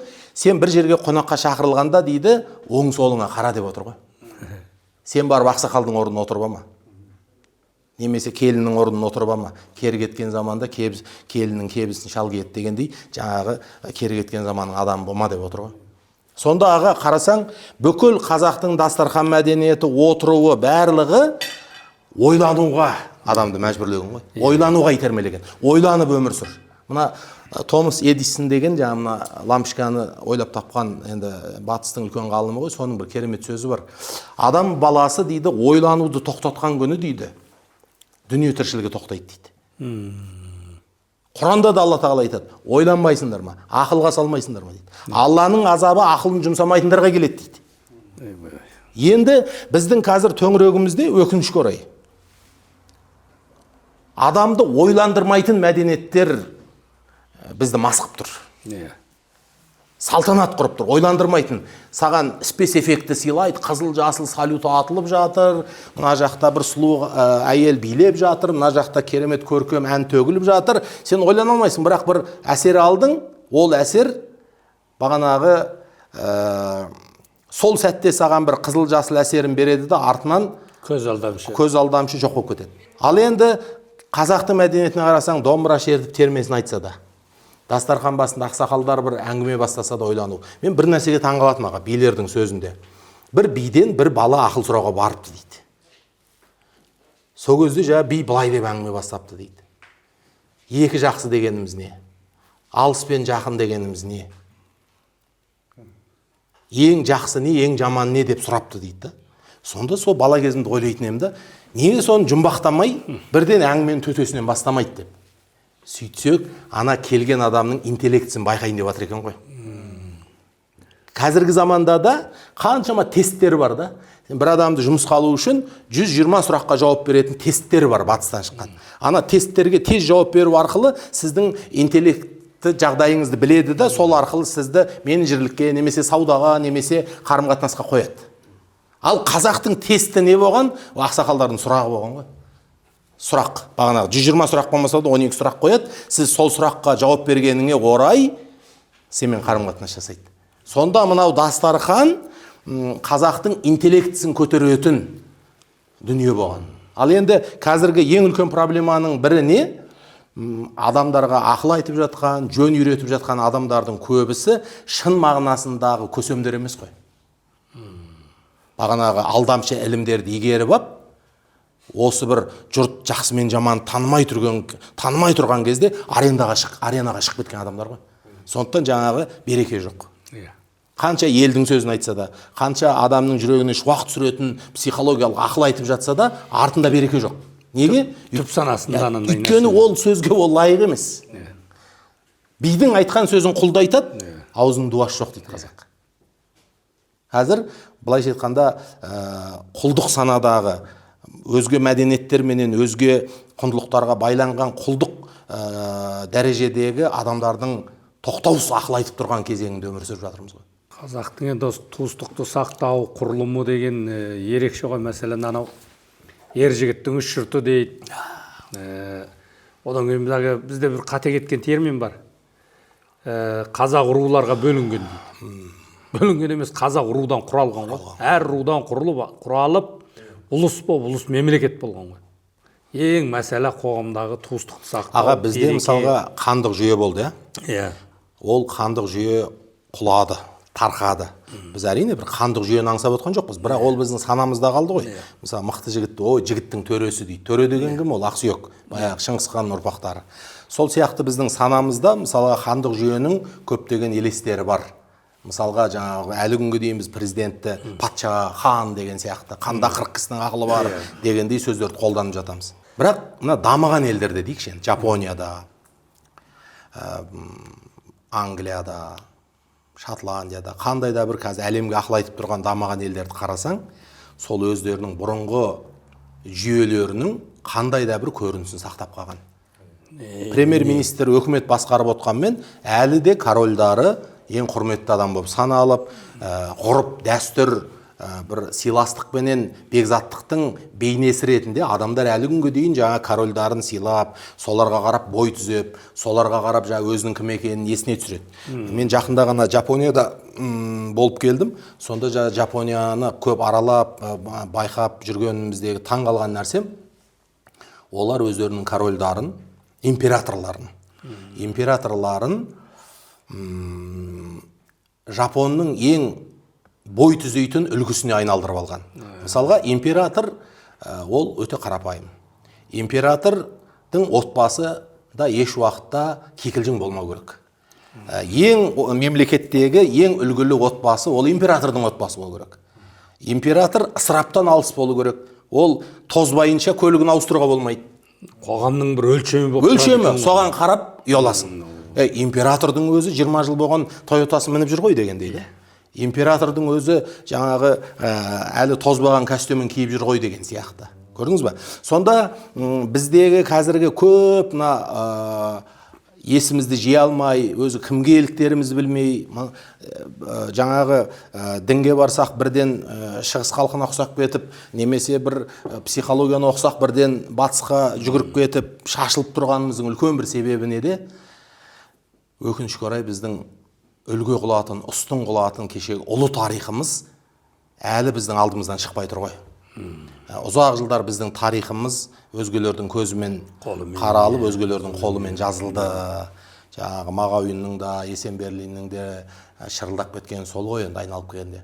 Сондықтан аға, мен ойлаймын, біздегі ауызды қу шөппен сүртпей, әлі де болса бір ұлы тарихымыз орнына келу үшін, біздің тарихи санамыз шын мағынасында сәулелену үшін осы тұрмысымыздағы дастархан мәдениетіне көп көңіл бөлуіміз керек шығар. Мысалға, оттың басында әсіресе өз тілімізде сөйлеу. Мен мысалға кішкентай қызым ағылшын тілінде оқиды мектепте. Бірақ менің жаңа үйдің ішінде еркелетіп отырып қоятын бірінші шартым үйдің ішінде қазақша сөйлей. Шынында да ол мүмкін ағылшыншаға, французшаға озық болуы мүмкін қоғамда. Бірақ үйдің ішінде әкеге, шешеге, бауырға, туысқа, туғанға тек қана қазақ тілінде қарым-қатынас жаса. соны сыртта мектебіңде көресің дегендей бір әке шешеден талап болса. Мысалға біз енді өзіміздің қызымызға доча моча деп жаңағы басқа тілде сөйлегеннен кейін ол бейсаналы түрде өзінің мәдениетін, өзінің тілін қорсанайды ғой бала. Қорсанайды. Мына тілдің дамуы үшін дастарханның басындағы әңгіме жауапты болу керек қой. Негізі дастарханның басында бір болмайтын саясаттар туралы söyленіп жатса, болмаса бір туыс туғанның бір қателескені мен сүрінгені туралы болып жатса, бала оның бәрін қорыта алмайды. Бала сол күйінде қабылдайды. Бұл туыс деген оңбаған екен ғой. Бұл туыс деген берсең жақпайды екенсің ғой. Бұлар жақсылыққа шақырсаң көре алмайды екен ғой дейді. Еш уақытта дастарханның басында ақылы толыспаған бала шағаның алдында туыстардың минус айтылмау керек. Мен өзімнің үйімнің ішінде аға осыны дәстүр қылып орнықтырып отырмын. Кішкене бала деген мынандай бос ыдыс қой. Осыған бәрі қабылдай береді. Туыс туғанға көңіл әр кезде әртүрлі толқи береді. Бірақ ол кішкентай скайнер жасап отқан балаларды уламау керек. Анау бір сөз бар ғой. Сырттағыны үйде қоқсытпа, үйдегіні сыртқа қоқсытпа дейді. Көрдіңіз ба? Сөйтіп айтады екен бір үлкендер. Сырттағы бір нәрсені алып келсе, "Ей, сырттағыны үйге қоқсытпа, үйдегіні сыртқа қоқсытпа" дейді. Үйдікі сыртқа тарамау керек, сыртқы үйге тарамау керек. Өйткені әр жердің өзінің атмосферасы бар. Мысалы, үйдегі мәселені жат біреуге алаш қайтуға болмайды ғой. Ал қоғамдағы сенің ер адам болып келген бір теріс энергияны деп семьяның ортасына орнатуға болмайды. Бұны бұрын үлкендер айтып кеткен, сырттағыны үйге, үйдегіні сыртқа қоқсытпа дейді. Бала есейгеннен кейін ертең үйленеді. Үйленгесін отау үй болады. Отау үй болғаннан кейін өзі қатарлы ағайынның балаларымен араласқысы келеді. Ал үйдің ішінде сол ағайын туралы, ағайынның балалары туралы жақсы сөз естімеген бала ертең өзі отау болып, өзі келін түсіргеннен кейін оның жүрегіндегі сызы сыртқа шығады.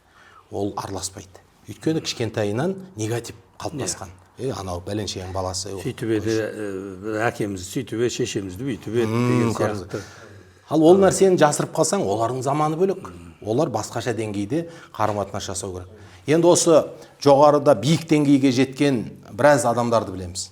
Осы елдің үлкен тұлғасы болған азаматтарды қарасаң, солардың ішінде жолы болған, солардың ішінде тұрақты, абыройды тұрақты түрде ұзақ уақыт сақтаған адамдарға қарасаң, туыстық қарым-қатынас сақтаған адамдар ғой. Әулеті жайылып кеткен. Әулеті жайылған, жан-жағы түгел, төрт құбыласы түгел, өзі де шарапатты болған, өзгелердің де қамқорлығын көрген адам. Туыстың арасында қадірі бар. Енді мына бір әңгімені айта кетсек, қазақтың мына жаңа рудан құралдық дедік қой. Бұрын кезде қандық дәуір болсын, орта кездерде әулет бойынша өмір сүрген ғой, мысалы. Бұрын кездегендегі колхоз, совхоз, өндірісті үйлер емес, туысқандар бойынша өмір сүрген ғой. Бір әулетте 30-40, 100 семья болады, жайлау, қыстауы бірде. Сондағы әулет заңы болғанда бұл. Әулет сақтаған. Оның сыртқы әулеттің ішінде ішкі әулеттер болған.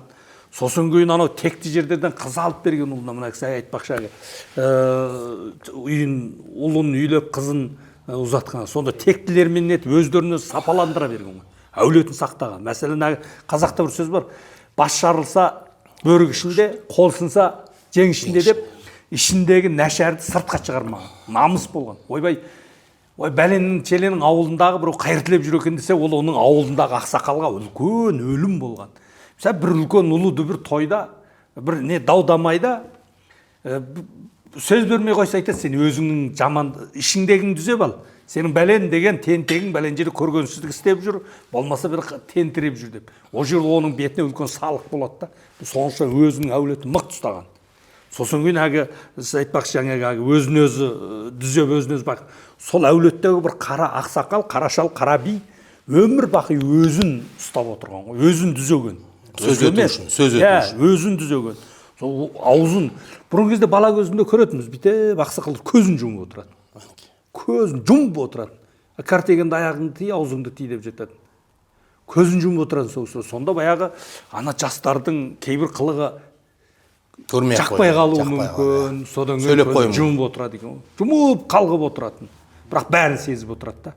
Жаңа әулет деген нәрсе сол қазіргі біздің қазақта әулеттік заң быт-шыт болды да, туыстықтан айырылып қалып жетімді қаңғытпау, жесірді қаңғытпау, жетім жылатпау деген нәрседен де айырылып қалдық жаңа. Осы да бір тамаша нәрсе. Бұл енді біз бұдан еш уақытта бас тарта алмаймыз ғой. Бұл біздің ұлттық кодымыз. Бірақ осыны заманға бейімдеп, жетілдіріп дамыту керек. Болып басқа жол жоқ. Жаңағы айтып отырған жапондарды қарасаң, өз дәстүрі десе өліп қалады.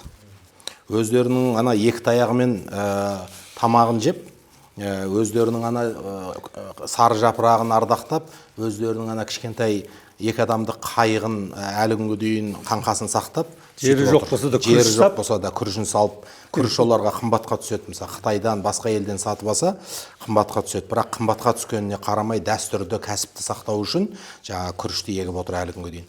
Енді мысалға біздің осы туыстық, ағайындық қарым-қатынас дегендегі бір айтып өтетін нәрсе бар. Ол не нәрсе? Бұл мына үш жұрт, нағашы жұрт, қайын жұрт, өз жұртың. Негізі бұны біз салмақ, ауыртпашылық деп емес, біз бұны мүмкіншілік деп қарауымыз керек қой. Ер жігіттің өрісі деп қарау керек. Ол үшін әрқайсысы өз функциясын атқару керек. Мысалға нағашыларда жиенді ұрсаң қолын қалтырайды дегендей, жиеннің жаңа қырық серкесі бар дегендей, жиеннің қыздың баласындай сүйкімді деген сияқты, жиенге қатысты өздерінің нағашылық кеңдіктерін сақтау керек. Ал енді өз жұртың, бұл менің қаным деп, бұл менің абыройым, бұл менің ұятым деп, ол да өз функциясын атқару керек. Енді қайын жұрт болса, ол екі бастан. Пайғамбар да күйеу баласын сыйлаған. Бағана айтқандай, мысалға Мұхаммед алейхиссаламның ең жақын досы кім болған? Қайнатасы болған. Айшаның әкесі Абу Бәкір. Абу Бәкір пайғамбар алейхиссаламның әрине бұрын досы еді, кейін қайнатасы болды. Сол қайнатасы ең жақын досы болды. Сондықтан бізге үстем тап, бізге билік жүргізген елдерден бір теща деген сияқты енесіне құрметсіздік, бір тещ ниязик деген сияқты, бір сондай бір жұқсыз жаңағы салмағы жоқ ұғымдар кеп кірді.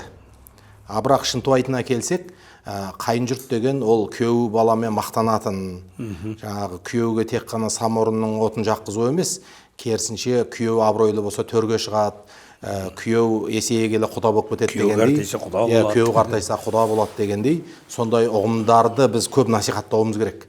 Себебі мен көп жастарға айтам, сендер әлі қайын жұртыңа қадірің өткен жоқ. Қайын жұртың түгілі әйеліңе қадірің өткен жоқ.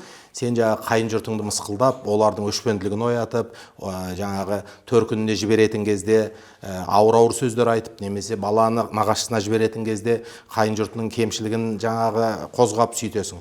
Ол сен өз мүмкіншілігіңді тарылтып жатсың, болды.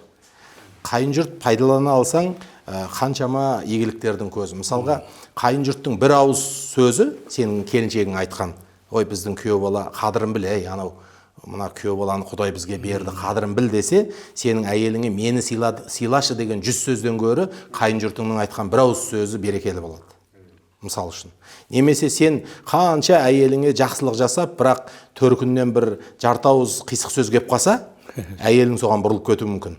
Егер ол әлі жаңа сепарация болмаған сояқпен бірігіп тұрған келін болатын болса, мысалға да. Сондықтан біздің жаңа қазақтың ұғымындағы аға үш жұрт деген ол жігіттің шын мағынасында өрісіне айналу керек қой. Мен өз басым сәл бір өмірімде жолым болған, сәл бір өмірімде береке тапқан кезім болса, сол үш жұртыммен болған қарым-қатынастың нәтижесі деп есептеймін аға.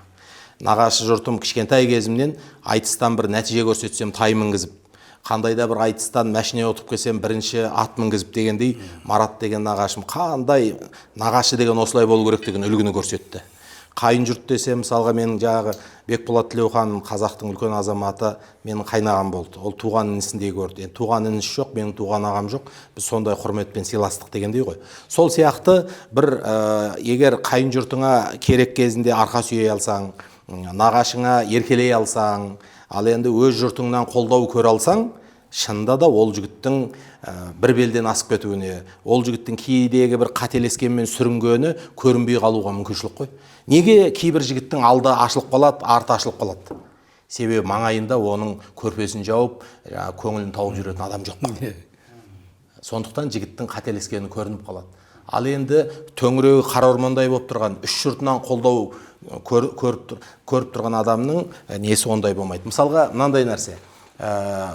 тіптен кешегі Осман империясының кезінде енді 40-тан астам 50-ге тақау сұлтандар өтті ғой.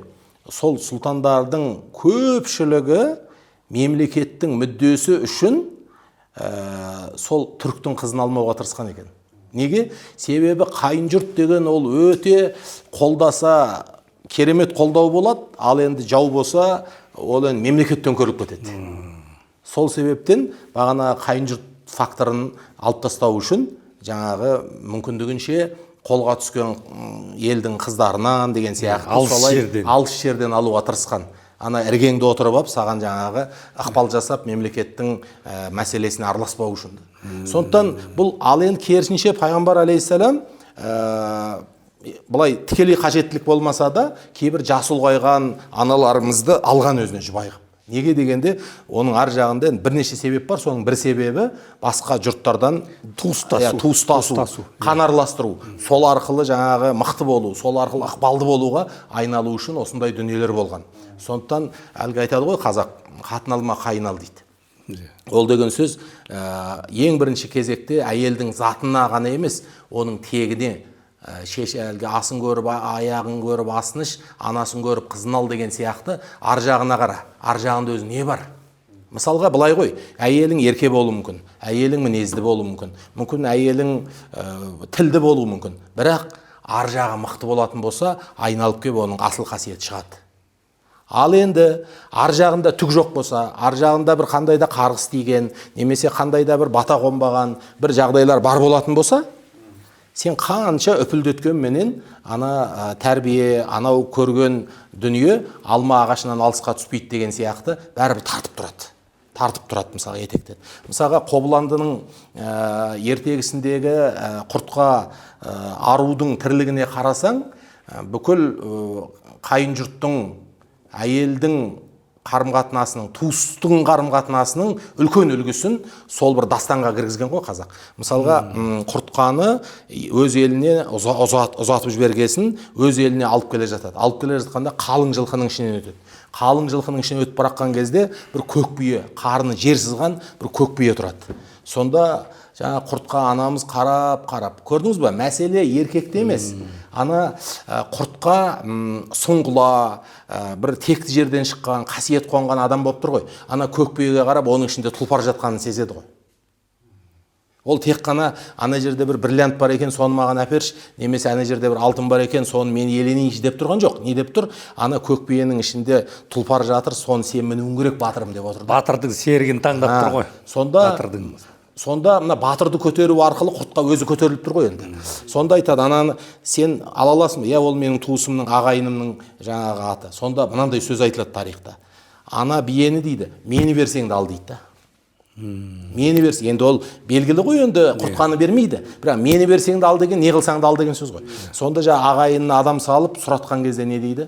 Ол айтады, айналайын бауырым, сенен аяғанды итшесін деп жаңағы биен тегін береді. Ағайынның да кеңдігін көрсетіп отыр ғой. Бағана аға айтқандай бұйымтаймен келді, мына көк биені бер деді, мың жылқының ішінен көк биені берді. Ол көк биенің ішінде құлыны туғызып, құртқа түтіктен су беріп, түңліктен күн көрсетіп, үй тігіп, үйдің ішінде жаңағы тұлпарды баптайды ғой. Сөйтіп тұлпарды баптаған кезде жаңағы Қобыландының жауға шапқанда қандай результатқа жететініне дейін өлшеп тұр ғой, мысал үшін. Әлі бабына келген жоқ, 40 күн. Бәлен күнге жетпейді деп. Тайбұрылдың 40 күндік кемдігі деген фразеология бар, тартып сөз тіркесі бар. Ол кімнен қалған? Ол құртқадан қалған. Сонда әйел адам өзінің ер азаматының абыройын туралы ойлаған кезде, ол қандай қоғамда нәтиже көрсете алатынына дейін өлшеу. Мысал үшін қазір жан-жағымызға қарайық. Былай қарасаң,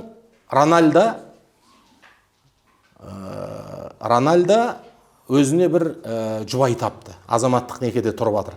Рональдоға көңіліне шабыт керек, сондықтан ол ресми некеленбей-ақ бір хас сұлуменен тұрып жатыр. Цукерберг, Фейсбуктың иесі.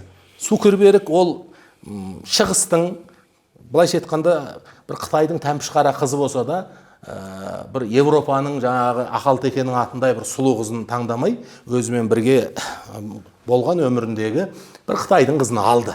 Яғни Цукербергтің мақсаты мүдделес, идеялас қызды алды, ол да Цукербергке үлкен қанат бітірді, сол арқылы Цукерберг әлемдік дәрежедегі байға айналды. Былай қарап отырсаң, жаңа жардың адамға беретін әсері. Рональдоға шабыт керек еді, ол тек қана сұлулығына қарап алды. Болды, сұлу, ең бірінші сұлу болу керек болды. Алды. Күн сайын жаңағы показға шығарғандай не бір киімін кигізіп, не бір бриллиантын таққызып, миллиондаған адамның алдында ұстап отыр. Ал Цукерберг сұлуына қарамады, идеялас, яғни ол үлкен бизнесмен болғандықтан соған қолдау көрсететін. Қазақтың мына қайын жұрт таңдауыдағы үлкен дүние адам қатын алма қайын ал деген сөз. Бағанағы Цукерберг, бағанағы Рональдо қалай үйленгені сияқты қазір біз көзіміз көріп отырғандай. Қазақтың жігіті де өзінің болашағына тірек болатын, өзінің болашақ балаларына ана болатын, өзінің болашақ балаларын қалай елестетіп тұрсың? Балалар мынандай болады десең, сондай баланы тәрбиелей алатын негізі бар адамды алу керек қой. Сол себептен кішкене эмоцияны игеру керек. Бір тек қана ғашық болып қалу деген бағытпен газават ете бермеу керек, қарау керек. Анау қазақта жар таңдағанда көзқарақты ақсақалдарға таңдатады екен ғой. Ат таңдағанда азаматқа таңдатады. Ақсақалға таңдатса ол бір мінез жайлы, жүрісі ыңғайлы бір ат таңдап қою мүмкін, жуас. Ал енді ол жас болса, ол махаббат көзімен қарап, басқаша қарап қою мүмкін. Ал ана дүниеде тоқтаған, көзқарасы тоқтаған ақсақалға ол тегін ар жағын қарап отыр. Мисалдар көп қой. Өзінің ана қай бияғы бір Төле би өзінің баласына келінді өзі таңдайды ғой. Дана бике. Мысалға, мынау менің балама келеді дегендей. Мысалға, бір күні Қалиф Алтай атаның үйінде отырмыз. Соң Қалиф Алтай атамыз енді Құран аударған қазақ, о кісінің қасында қызметін жасап жүрміз. Сонда жаңағы ұлы жақсы кісі, Абдырахым деген. Өте жуас, жақсы адам. Бірақ бағанағы айтқандай ол бір мінезімен жаңағы топ жарып танымал болмағанда, жуас жақсы кісі. Сонда жаңағы бір кісі келіп сұрады, бір мінезді бай кісі келіп. Менде осындай екі семья мәселесі бар еді, бірақ сол екінші семьямды бірінші семьям айтқам жоқ. Сол қалай болады екен деді. Ата кітап қарап отырды да, енді айтпасаң болады деді. Сол кезде айту шарт емес деп, саған болады дегендей. Сол кезде ана жақта асханада ас пісіріп жүрген келіні баба деп баж ете қалды. Не айтып жатсыз дегендей. Сонда жаңағы Қалиф Алтай атамыздың даналы ғой, күліп, жоқ, ол мәселе біздің Абдырахымға болмайды, Абдырахымға болмайды дейді. Ол Абдырахымға бола ма деп сұраған жоқ келін. Басқа біреуді сұрады. Бірақ атамыз, жоқ, біздің Абдырахымға болмайды. Сонда әке балаға сыншы. Әркім өзінің баласы атқа міне ма, топқа түсе ма, кітап жаза ма, ғылыммен айналса ма, жоқ, үйде отыра ма, оны біледі. Қаншалықты чанағы бар, бәрін жақсы біледі ғой. Мысалы, Ердоғанның екі ұлы бар, Түркияның президентінің. Біз Біләл Ердоған деген ұлыменен сыйластықтамыз. Сонда қарасаң, бір ұлы көзге түспейді. Көбінде жаңағы шаруашылықтармен жүреді. Ал мына Біләл баласы болса, әрқашан саясатта қай елге барса қасында жүреді. Бұның барлығы әке балаға сыншы, әке өзі біледі, қай баланың қандай нәрсеге бейімділігі бар. Сондықтан осы қасиетіне орай жартаңдауда да жәрдемдесу керек. Мен ана жастарға айтатыным сол, көбінде жартаңдағанда әсіресе қыз бала. Ұл бала енді мүмкін жаңағы басқа бір ағасы көкесі табылып қалар. Қыз бала енді махаббатқа тез не алып қалады ғой, еліктеп қалады. Сонда айтам қыз балаға, саған бір жігіт сөз айтып, жауапты қадам басты ма? Сенің екінші басатын қадамың сен үшін жауапты адамдарға айту. Жеңгелері не ұстаты деген бұл. Салпақтап жүре берме. Бір жыл, екі жыл, 3 жылдан кейін жылат тастап кетті деген тағдырлар қаншама? Сен салпақтап жүре берме. Бірінші жауапты қадам басты. Екінші сен көңіліңе жағып тұрма, енді ары қарай көрейік деген болмайды. Ешкімге өзінің негізгі сипатын көрсетпейді. Оның барлығы некеден кейін ашылады кейін. Сен қайда барасың, енді кетпейсің деген кезде ашылады негізгі мінездер. Сондықтан сен үшін жауапты адамдарға айт. Осындай жігіт қадам басып жатыр. Анаған айт, егер сенің шын көңілің болса, мына кісіге жолық. Ол жеңгең, ол ағаң, көкең, әкең. Енді мынау жаңа қазақ туысқандық қатынас жөнінде, кісілік деңгей жөнінде сөз қылып жатырмыз ғой. Мына қазақта кіндік шеше деген нәрсе бар ғой. Мәселен, қазір қоғамда әр жұмыс бабымен әркім әр жерге кетіп қалды ғой. Сонда бірге жұмыс істегендердің әйелдеріне бере салады да кіндік шеше деп. Ол бір жерге жұмыспен ауысып кетуі мүмкін да, кіндік шешелер қазір орнына ауысып кетті. Негізі кіндік шеше өзінің жақын, жаңағындай 3 жұрты бар ғой, содағы жеңгелеріне береді екен. Қазақ бір жауапты тірлікті тапсырған кезде ол адамның негізіне қарайтын еді ғой. Мынау кіндік шеше деген қай кезде араласатын адам? Ол адам өмір мен өлімнің ортасында тұрған кезде араласады.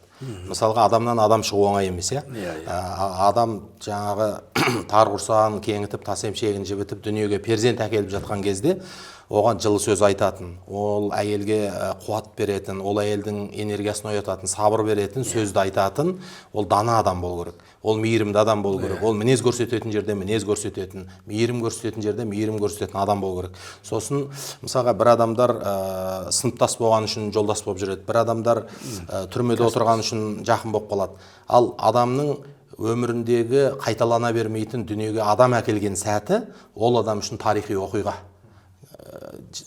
Былайша айтқанда өліп тіріліп отырған уақыт. Міне сол кезде сенімен контактіге түсіп, саған өзінің жаңағы мейірім махаббатын, немесе қамқорлығын, немесе медициналық біліктілігін көрсететін адам, ол аса маңызды болғандықтан қазақ кіндік шешені әркімнен таңдамаған. Қазір енді әрине бәріміздің баб Дюся, жаңағы баб Света деген сияқты адамдар кіндігіміз кесіліп кетіп жатыр ғой.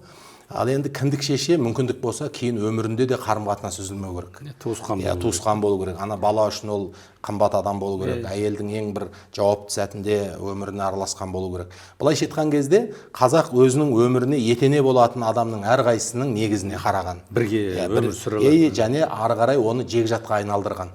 Мысалы үшін мен бір өзімнің Арқабек Бейсебек деген Таразда тұратын көкелеріммен әңгімелескенде бір жақсы леп есетті. Ол қандай?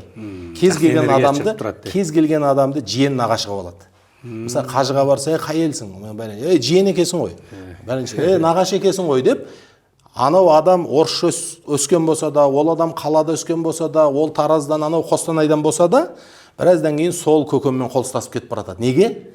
Себебі ол жиен нағашы деп жылы тартып, өзіне жақын қылып. Туысқандық. Сондықтан мәселе неде? Кіндік шеше болсын, нағашы, жиен, қайын жұрт, барлық мәселеде адамдар бейбітшілікті өмір сүру үшін ғой. Адамдар бір-біріне шарапат тигізу үшін ғой. Повод. Мысалға, сізге мен бір тойымда ат мінгізіп шапан жабайын десем, повод болу керек қой. Әулеттің үлкені еді деп сөз беремін сізге. Немесе мына кісі менің нағашым еді, бала кезімде тай үйреткен едім. Мынандай еді, мына кіндік шешесі еді. Мысалға мен былтыр қызымның тойында қызыма Құран үйреткен ұстазға умра сыйладым. Умра қажылығын сыйладым да. Себебі қызымның Құдайдың сөзін тануына жаңағы үлес болған еді. Міне сол қыз ұзатылып жатыр деген сияқты. Сонда кез келген дүниеде адам өзіне жақындату. Анағы Меккеде Мәдинаға көшкен кезде жегжат қылды дедік қой. Бүкіл игілік адамды сүйген жерден басталады. Бүкіл жақсылық адамды құрметтеген жерден басталады. Ал енді мысалға сіз бір адамды құрметтемесеңіз, пайғамбар болса да сөзін қабылдамайсыз. Туған әке шешең болса да оның саған насихат өтпейді. Неге? Сенде құрмет жоқ оған деген. Ал енді көшедегі көлденең адам құрметті қайдан болады? Сол себепте мына дастархан, тамақ, бір кесе шай, бір жұтым қымыз, осының барлығы бұрын неге жұмыс жасады? Адамдардың жүрегін жақындатуға. Жүрек жақындаған жерде барлық мәселе шешіледі. Енді мына Саяхат ағамыз, бұл қазаққа осы үлкен дәстүрдің қазығы болған осы ет дайындаумен танылды. Маған қаншама адамдар кейде үйіме келіп ет жеп жатқанда, мынандай етті қайдан табамыз? Мына етті қайдан жейміз дегенде мен Саяхат ағаға жүгіремін. Неге? Себебі шымшық сойса да қасапшы сойсын, тауық сойса да қасапшы сойсын. Бұл әр істің өзінің майталманы болады. Құдайға шүкір, ортамыздан осы еттің мәнісін білетін, оның қадірін білетін, оны тек қана тамақ деп қарамайтын, оның төңірегіндегі күллі нығметтерді бізге айтып бере алатын ағамыз болғаннан кейін осы етті өзімізде пайдаланып жатырмыз, және өзгелерге де айтып жатырмыз. Енді жылқының қымызы ондай сусын жоқ. Жылқының етіндей энергия беретін, қуат беретін мысалға ас жоқ. осы дүниеменен енді Саяхат ағамыз айналысып жатқаннан кейін Құдайға шүкір, қазір өзімізде пайдаланып жатырмыз, өзгеге де айтып жатырмыз. Аға, кәсібіңізге Алла береке берсін. Мына бір ғажап дүние бар. Алла тағала барлық нәрсені өлшеумен жаратқан ғой. Бір ауыл, мысалға біз 100 үйден тұратын ауылда тұрдық, сол ауылда міндетті түрде Құданың құдіреті қай заманнан бір сынықшы бар да біздің ауылда. Ол сынықшы 10 емес, ол біреу да. Алла тағала қауым қылып жаратқасын, ауыл болып адамдар тұрып жатқасын, сол ауылда, сол жерде тұратын адамдарға ең керекті мамандық иелерін өнер қып, қан арқылы дарытып, сондай адамды шығарып қояды екен да. Мысалға, ауылда қасапшы болады. Ауылда ет дайындайтын, ауылда палау басатын адам болады. Ауылда ұсақ түйек, жаңа бұзылған темір терсекті жөндейтін адам болады. Құдай тағала әр нәрсені өлшеумен жаратқандықтан, әр жердің өзіне керек мамандығымен бірге Алла жіберіп қояды екен да. Сондықтан енді қазақ ұлттығын сақтайым, қазақ елдігін сақтайым десе, қазақ осы бүкіл ғұрпын, дәстүрін 1000 жылдан бері келе жатқан ұрпағына тарқатам десе, осы Саяхат ағалар сияқты өнер қонған, осы нәрсенің мәнісін білетін адамдардың да насихатын жасап жүруіміз керек. Өйткені осы кісілер болса, ана етік тігіп жатқан самғау, немесе жаңа домбыра жасап жатқан Айтмұхаммед деген сияқты небір ұсталар бар ғой. Осы ұсталармен бірге өнер сақталады. Бағанағы Жапонияда мысалға бір ғибадатхананы 25 жыл сайын бұзып сала береді екен. Темір қолданбайтын, шеге қолданбайтын, ағаштан ғана салынатын ғимаратты. Енді біз бір нәрсе ескі 1000 жыл салынған десе, соған тамсанамыз ғой. Оларға ол маңызды емес екен. Оларға бағанағы шегесіз салыну өнері маңызды екен да. Сол өліп қалмас үшін, ана ұрпақтан ұрпаққа жалғасу үшін 25 жыл сайын бұзып, мына жас ұрпаққа үйретіп, ана қалай салынатын. Қайтадан құрап сөйтеді екен да. Қараңызшы, біз кейде бір нәрсе ескі болса, мәз боламыз, бірақ оның жаңасын жасайтын адам жоқ. Жаңасын жасайтын адам жоқ. Мына ескінің бетіне қарап отырамыз. Ғасырдың қайнауына кетті. Сол себептен аға, сіздердің мына атқарып жатқан тірліктеріңіз, бұл тек қана ас емес, бұл тек қана тағам емес, бұл қазақтың ұлттық коды, бұл біздің арғы дүниеміздің қозғалатын, энергиямыздың бөлінетін бір үлкен тетігі. Туыстықты шақыратын, ынтымақ бірлікке тұтқа болатын дүнияға. Аман болыңыз, өрлей беріңіз, кәсібіңіз берекелі болсын. Ал енді құрметті қазақ жұрты, құрметті Алаш жұрты, біздің мынау кезекті бір түсіріліміміз Алаштың белгілі азаматы Мұхамеджан. Таныстырудың керегі жоқ, бәріңіз білесіздер, біздің дастарханда қонақта. Бұл кісі де біз уқалаған сол бір қазақтың мәдениетінің бір бұршағын уқалап жүрген жайы бар, неше жылдан бері қарай. Мен бір тарихи шегініс жасайын. Мен өзім Арғыбеттің қазағымын. 2001 жыл келдік. Мынау Абай десе елең етпейтін қазақ жоқ. Абайменен ояндық, Абайменен ұйықтадық. Мынау 95 жыл ма Абайдың 150 жылдығы? Сонда Абайда 150 жыл болады, асы болады деген кезде бір жер басып жүре алмай кеттік. Сол кезде 22-23 жас кезіміз. Мә сол Абайдың асына барсақ деп. Мен өзім ұйқыдан күлкіден қалдым, жете алмай. Енді ол кездегі іштегі сезім жеткізе алмаймыз. Сонымен айтып келе алмадық. Енді келе алмаймыз ғой. Ол бір империяда қалған адамбыз. Сонымен не айтпағым дегенде, сол Абайдың 150 жылғы өтті. Соның бір жылдан кейін менің бір ағам дүниені кезіп қопарып жүретін. Анау ол кезде мындай кассета болады ғой. Мынандай кассета алып кепті. Абайдың 150 жылдығындағы айтыс бүткіл соны түсіріп алып келген екен. Кім әкелген? Соны 2 күн 3 күн жатып көрдік. Сол Абайдың 150 жылдығынан қалған бір естелік осы Мұқан бауырымның бір өлеңі екен. Айтыстағы.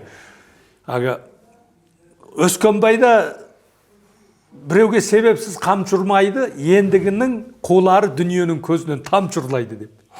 Сол бір естен, сол бір бүткіл немнеден қалған, астан қалған естелік сөз сол екен. Сол есінде қапты да.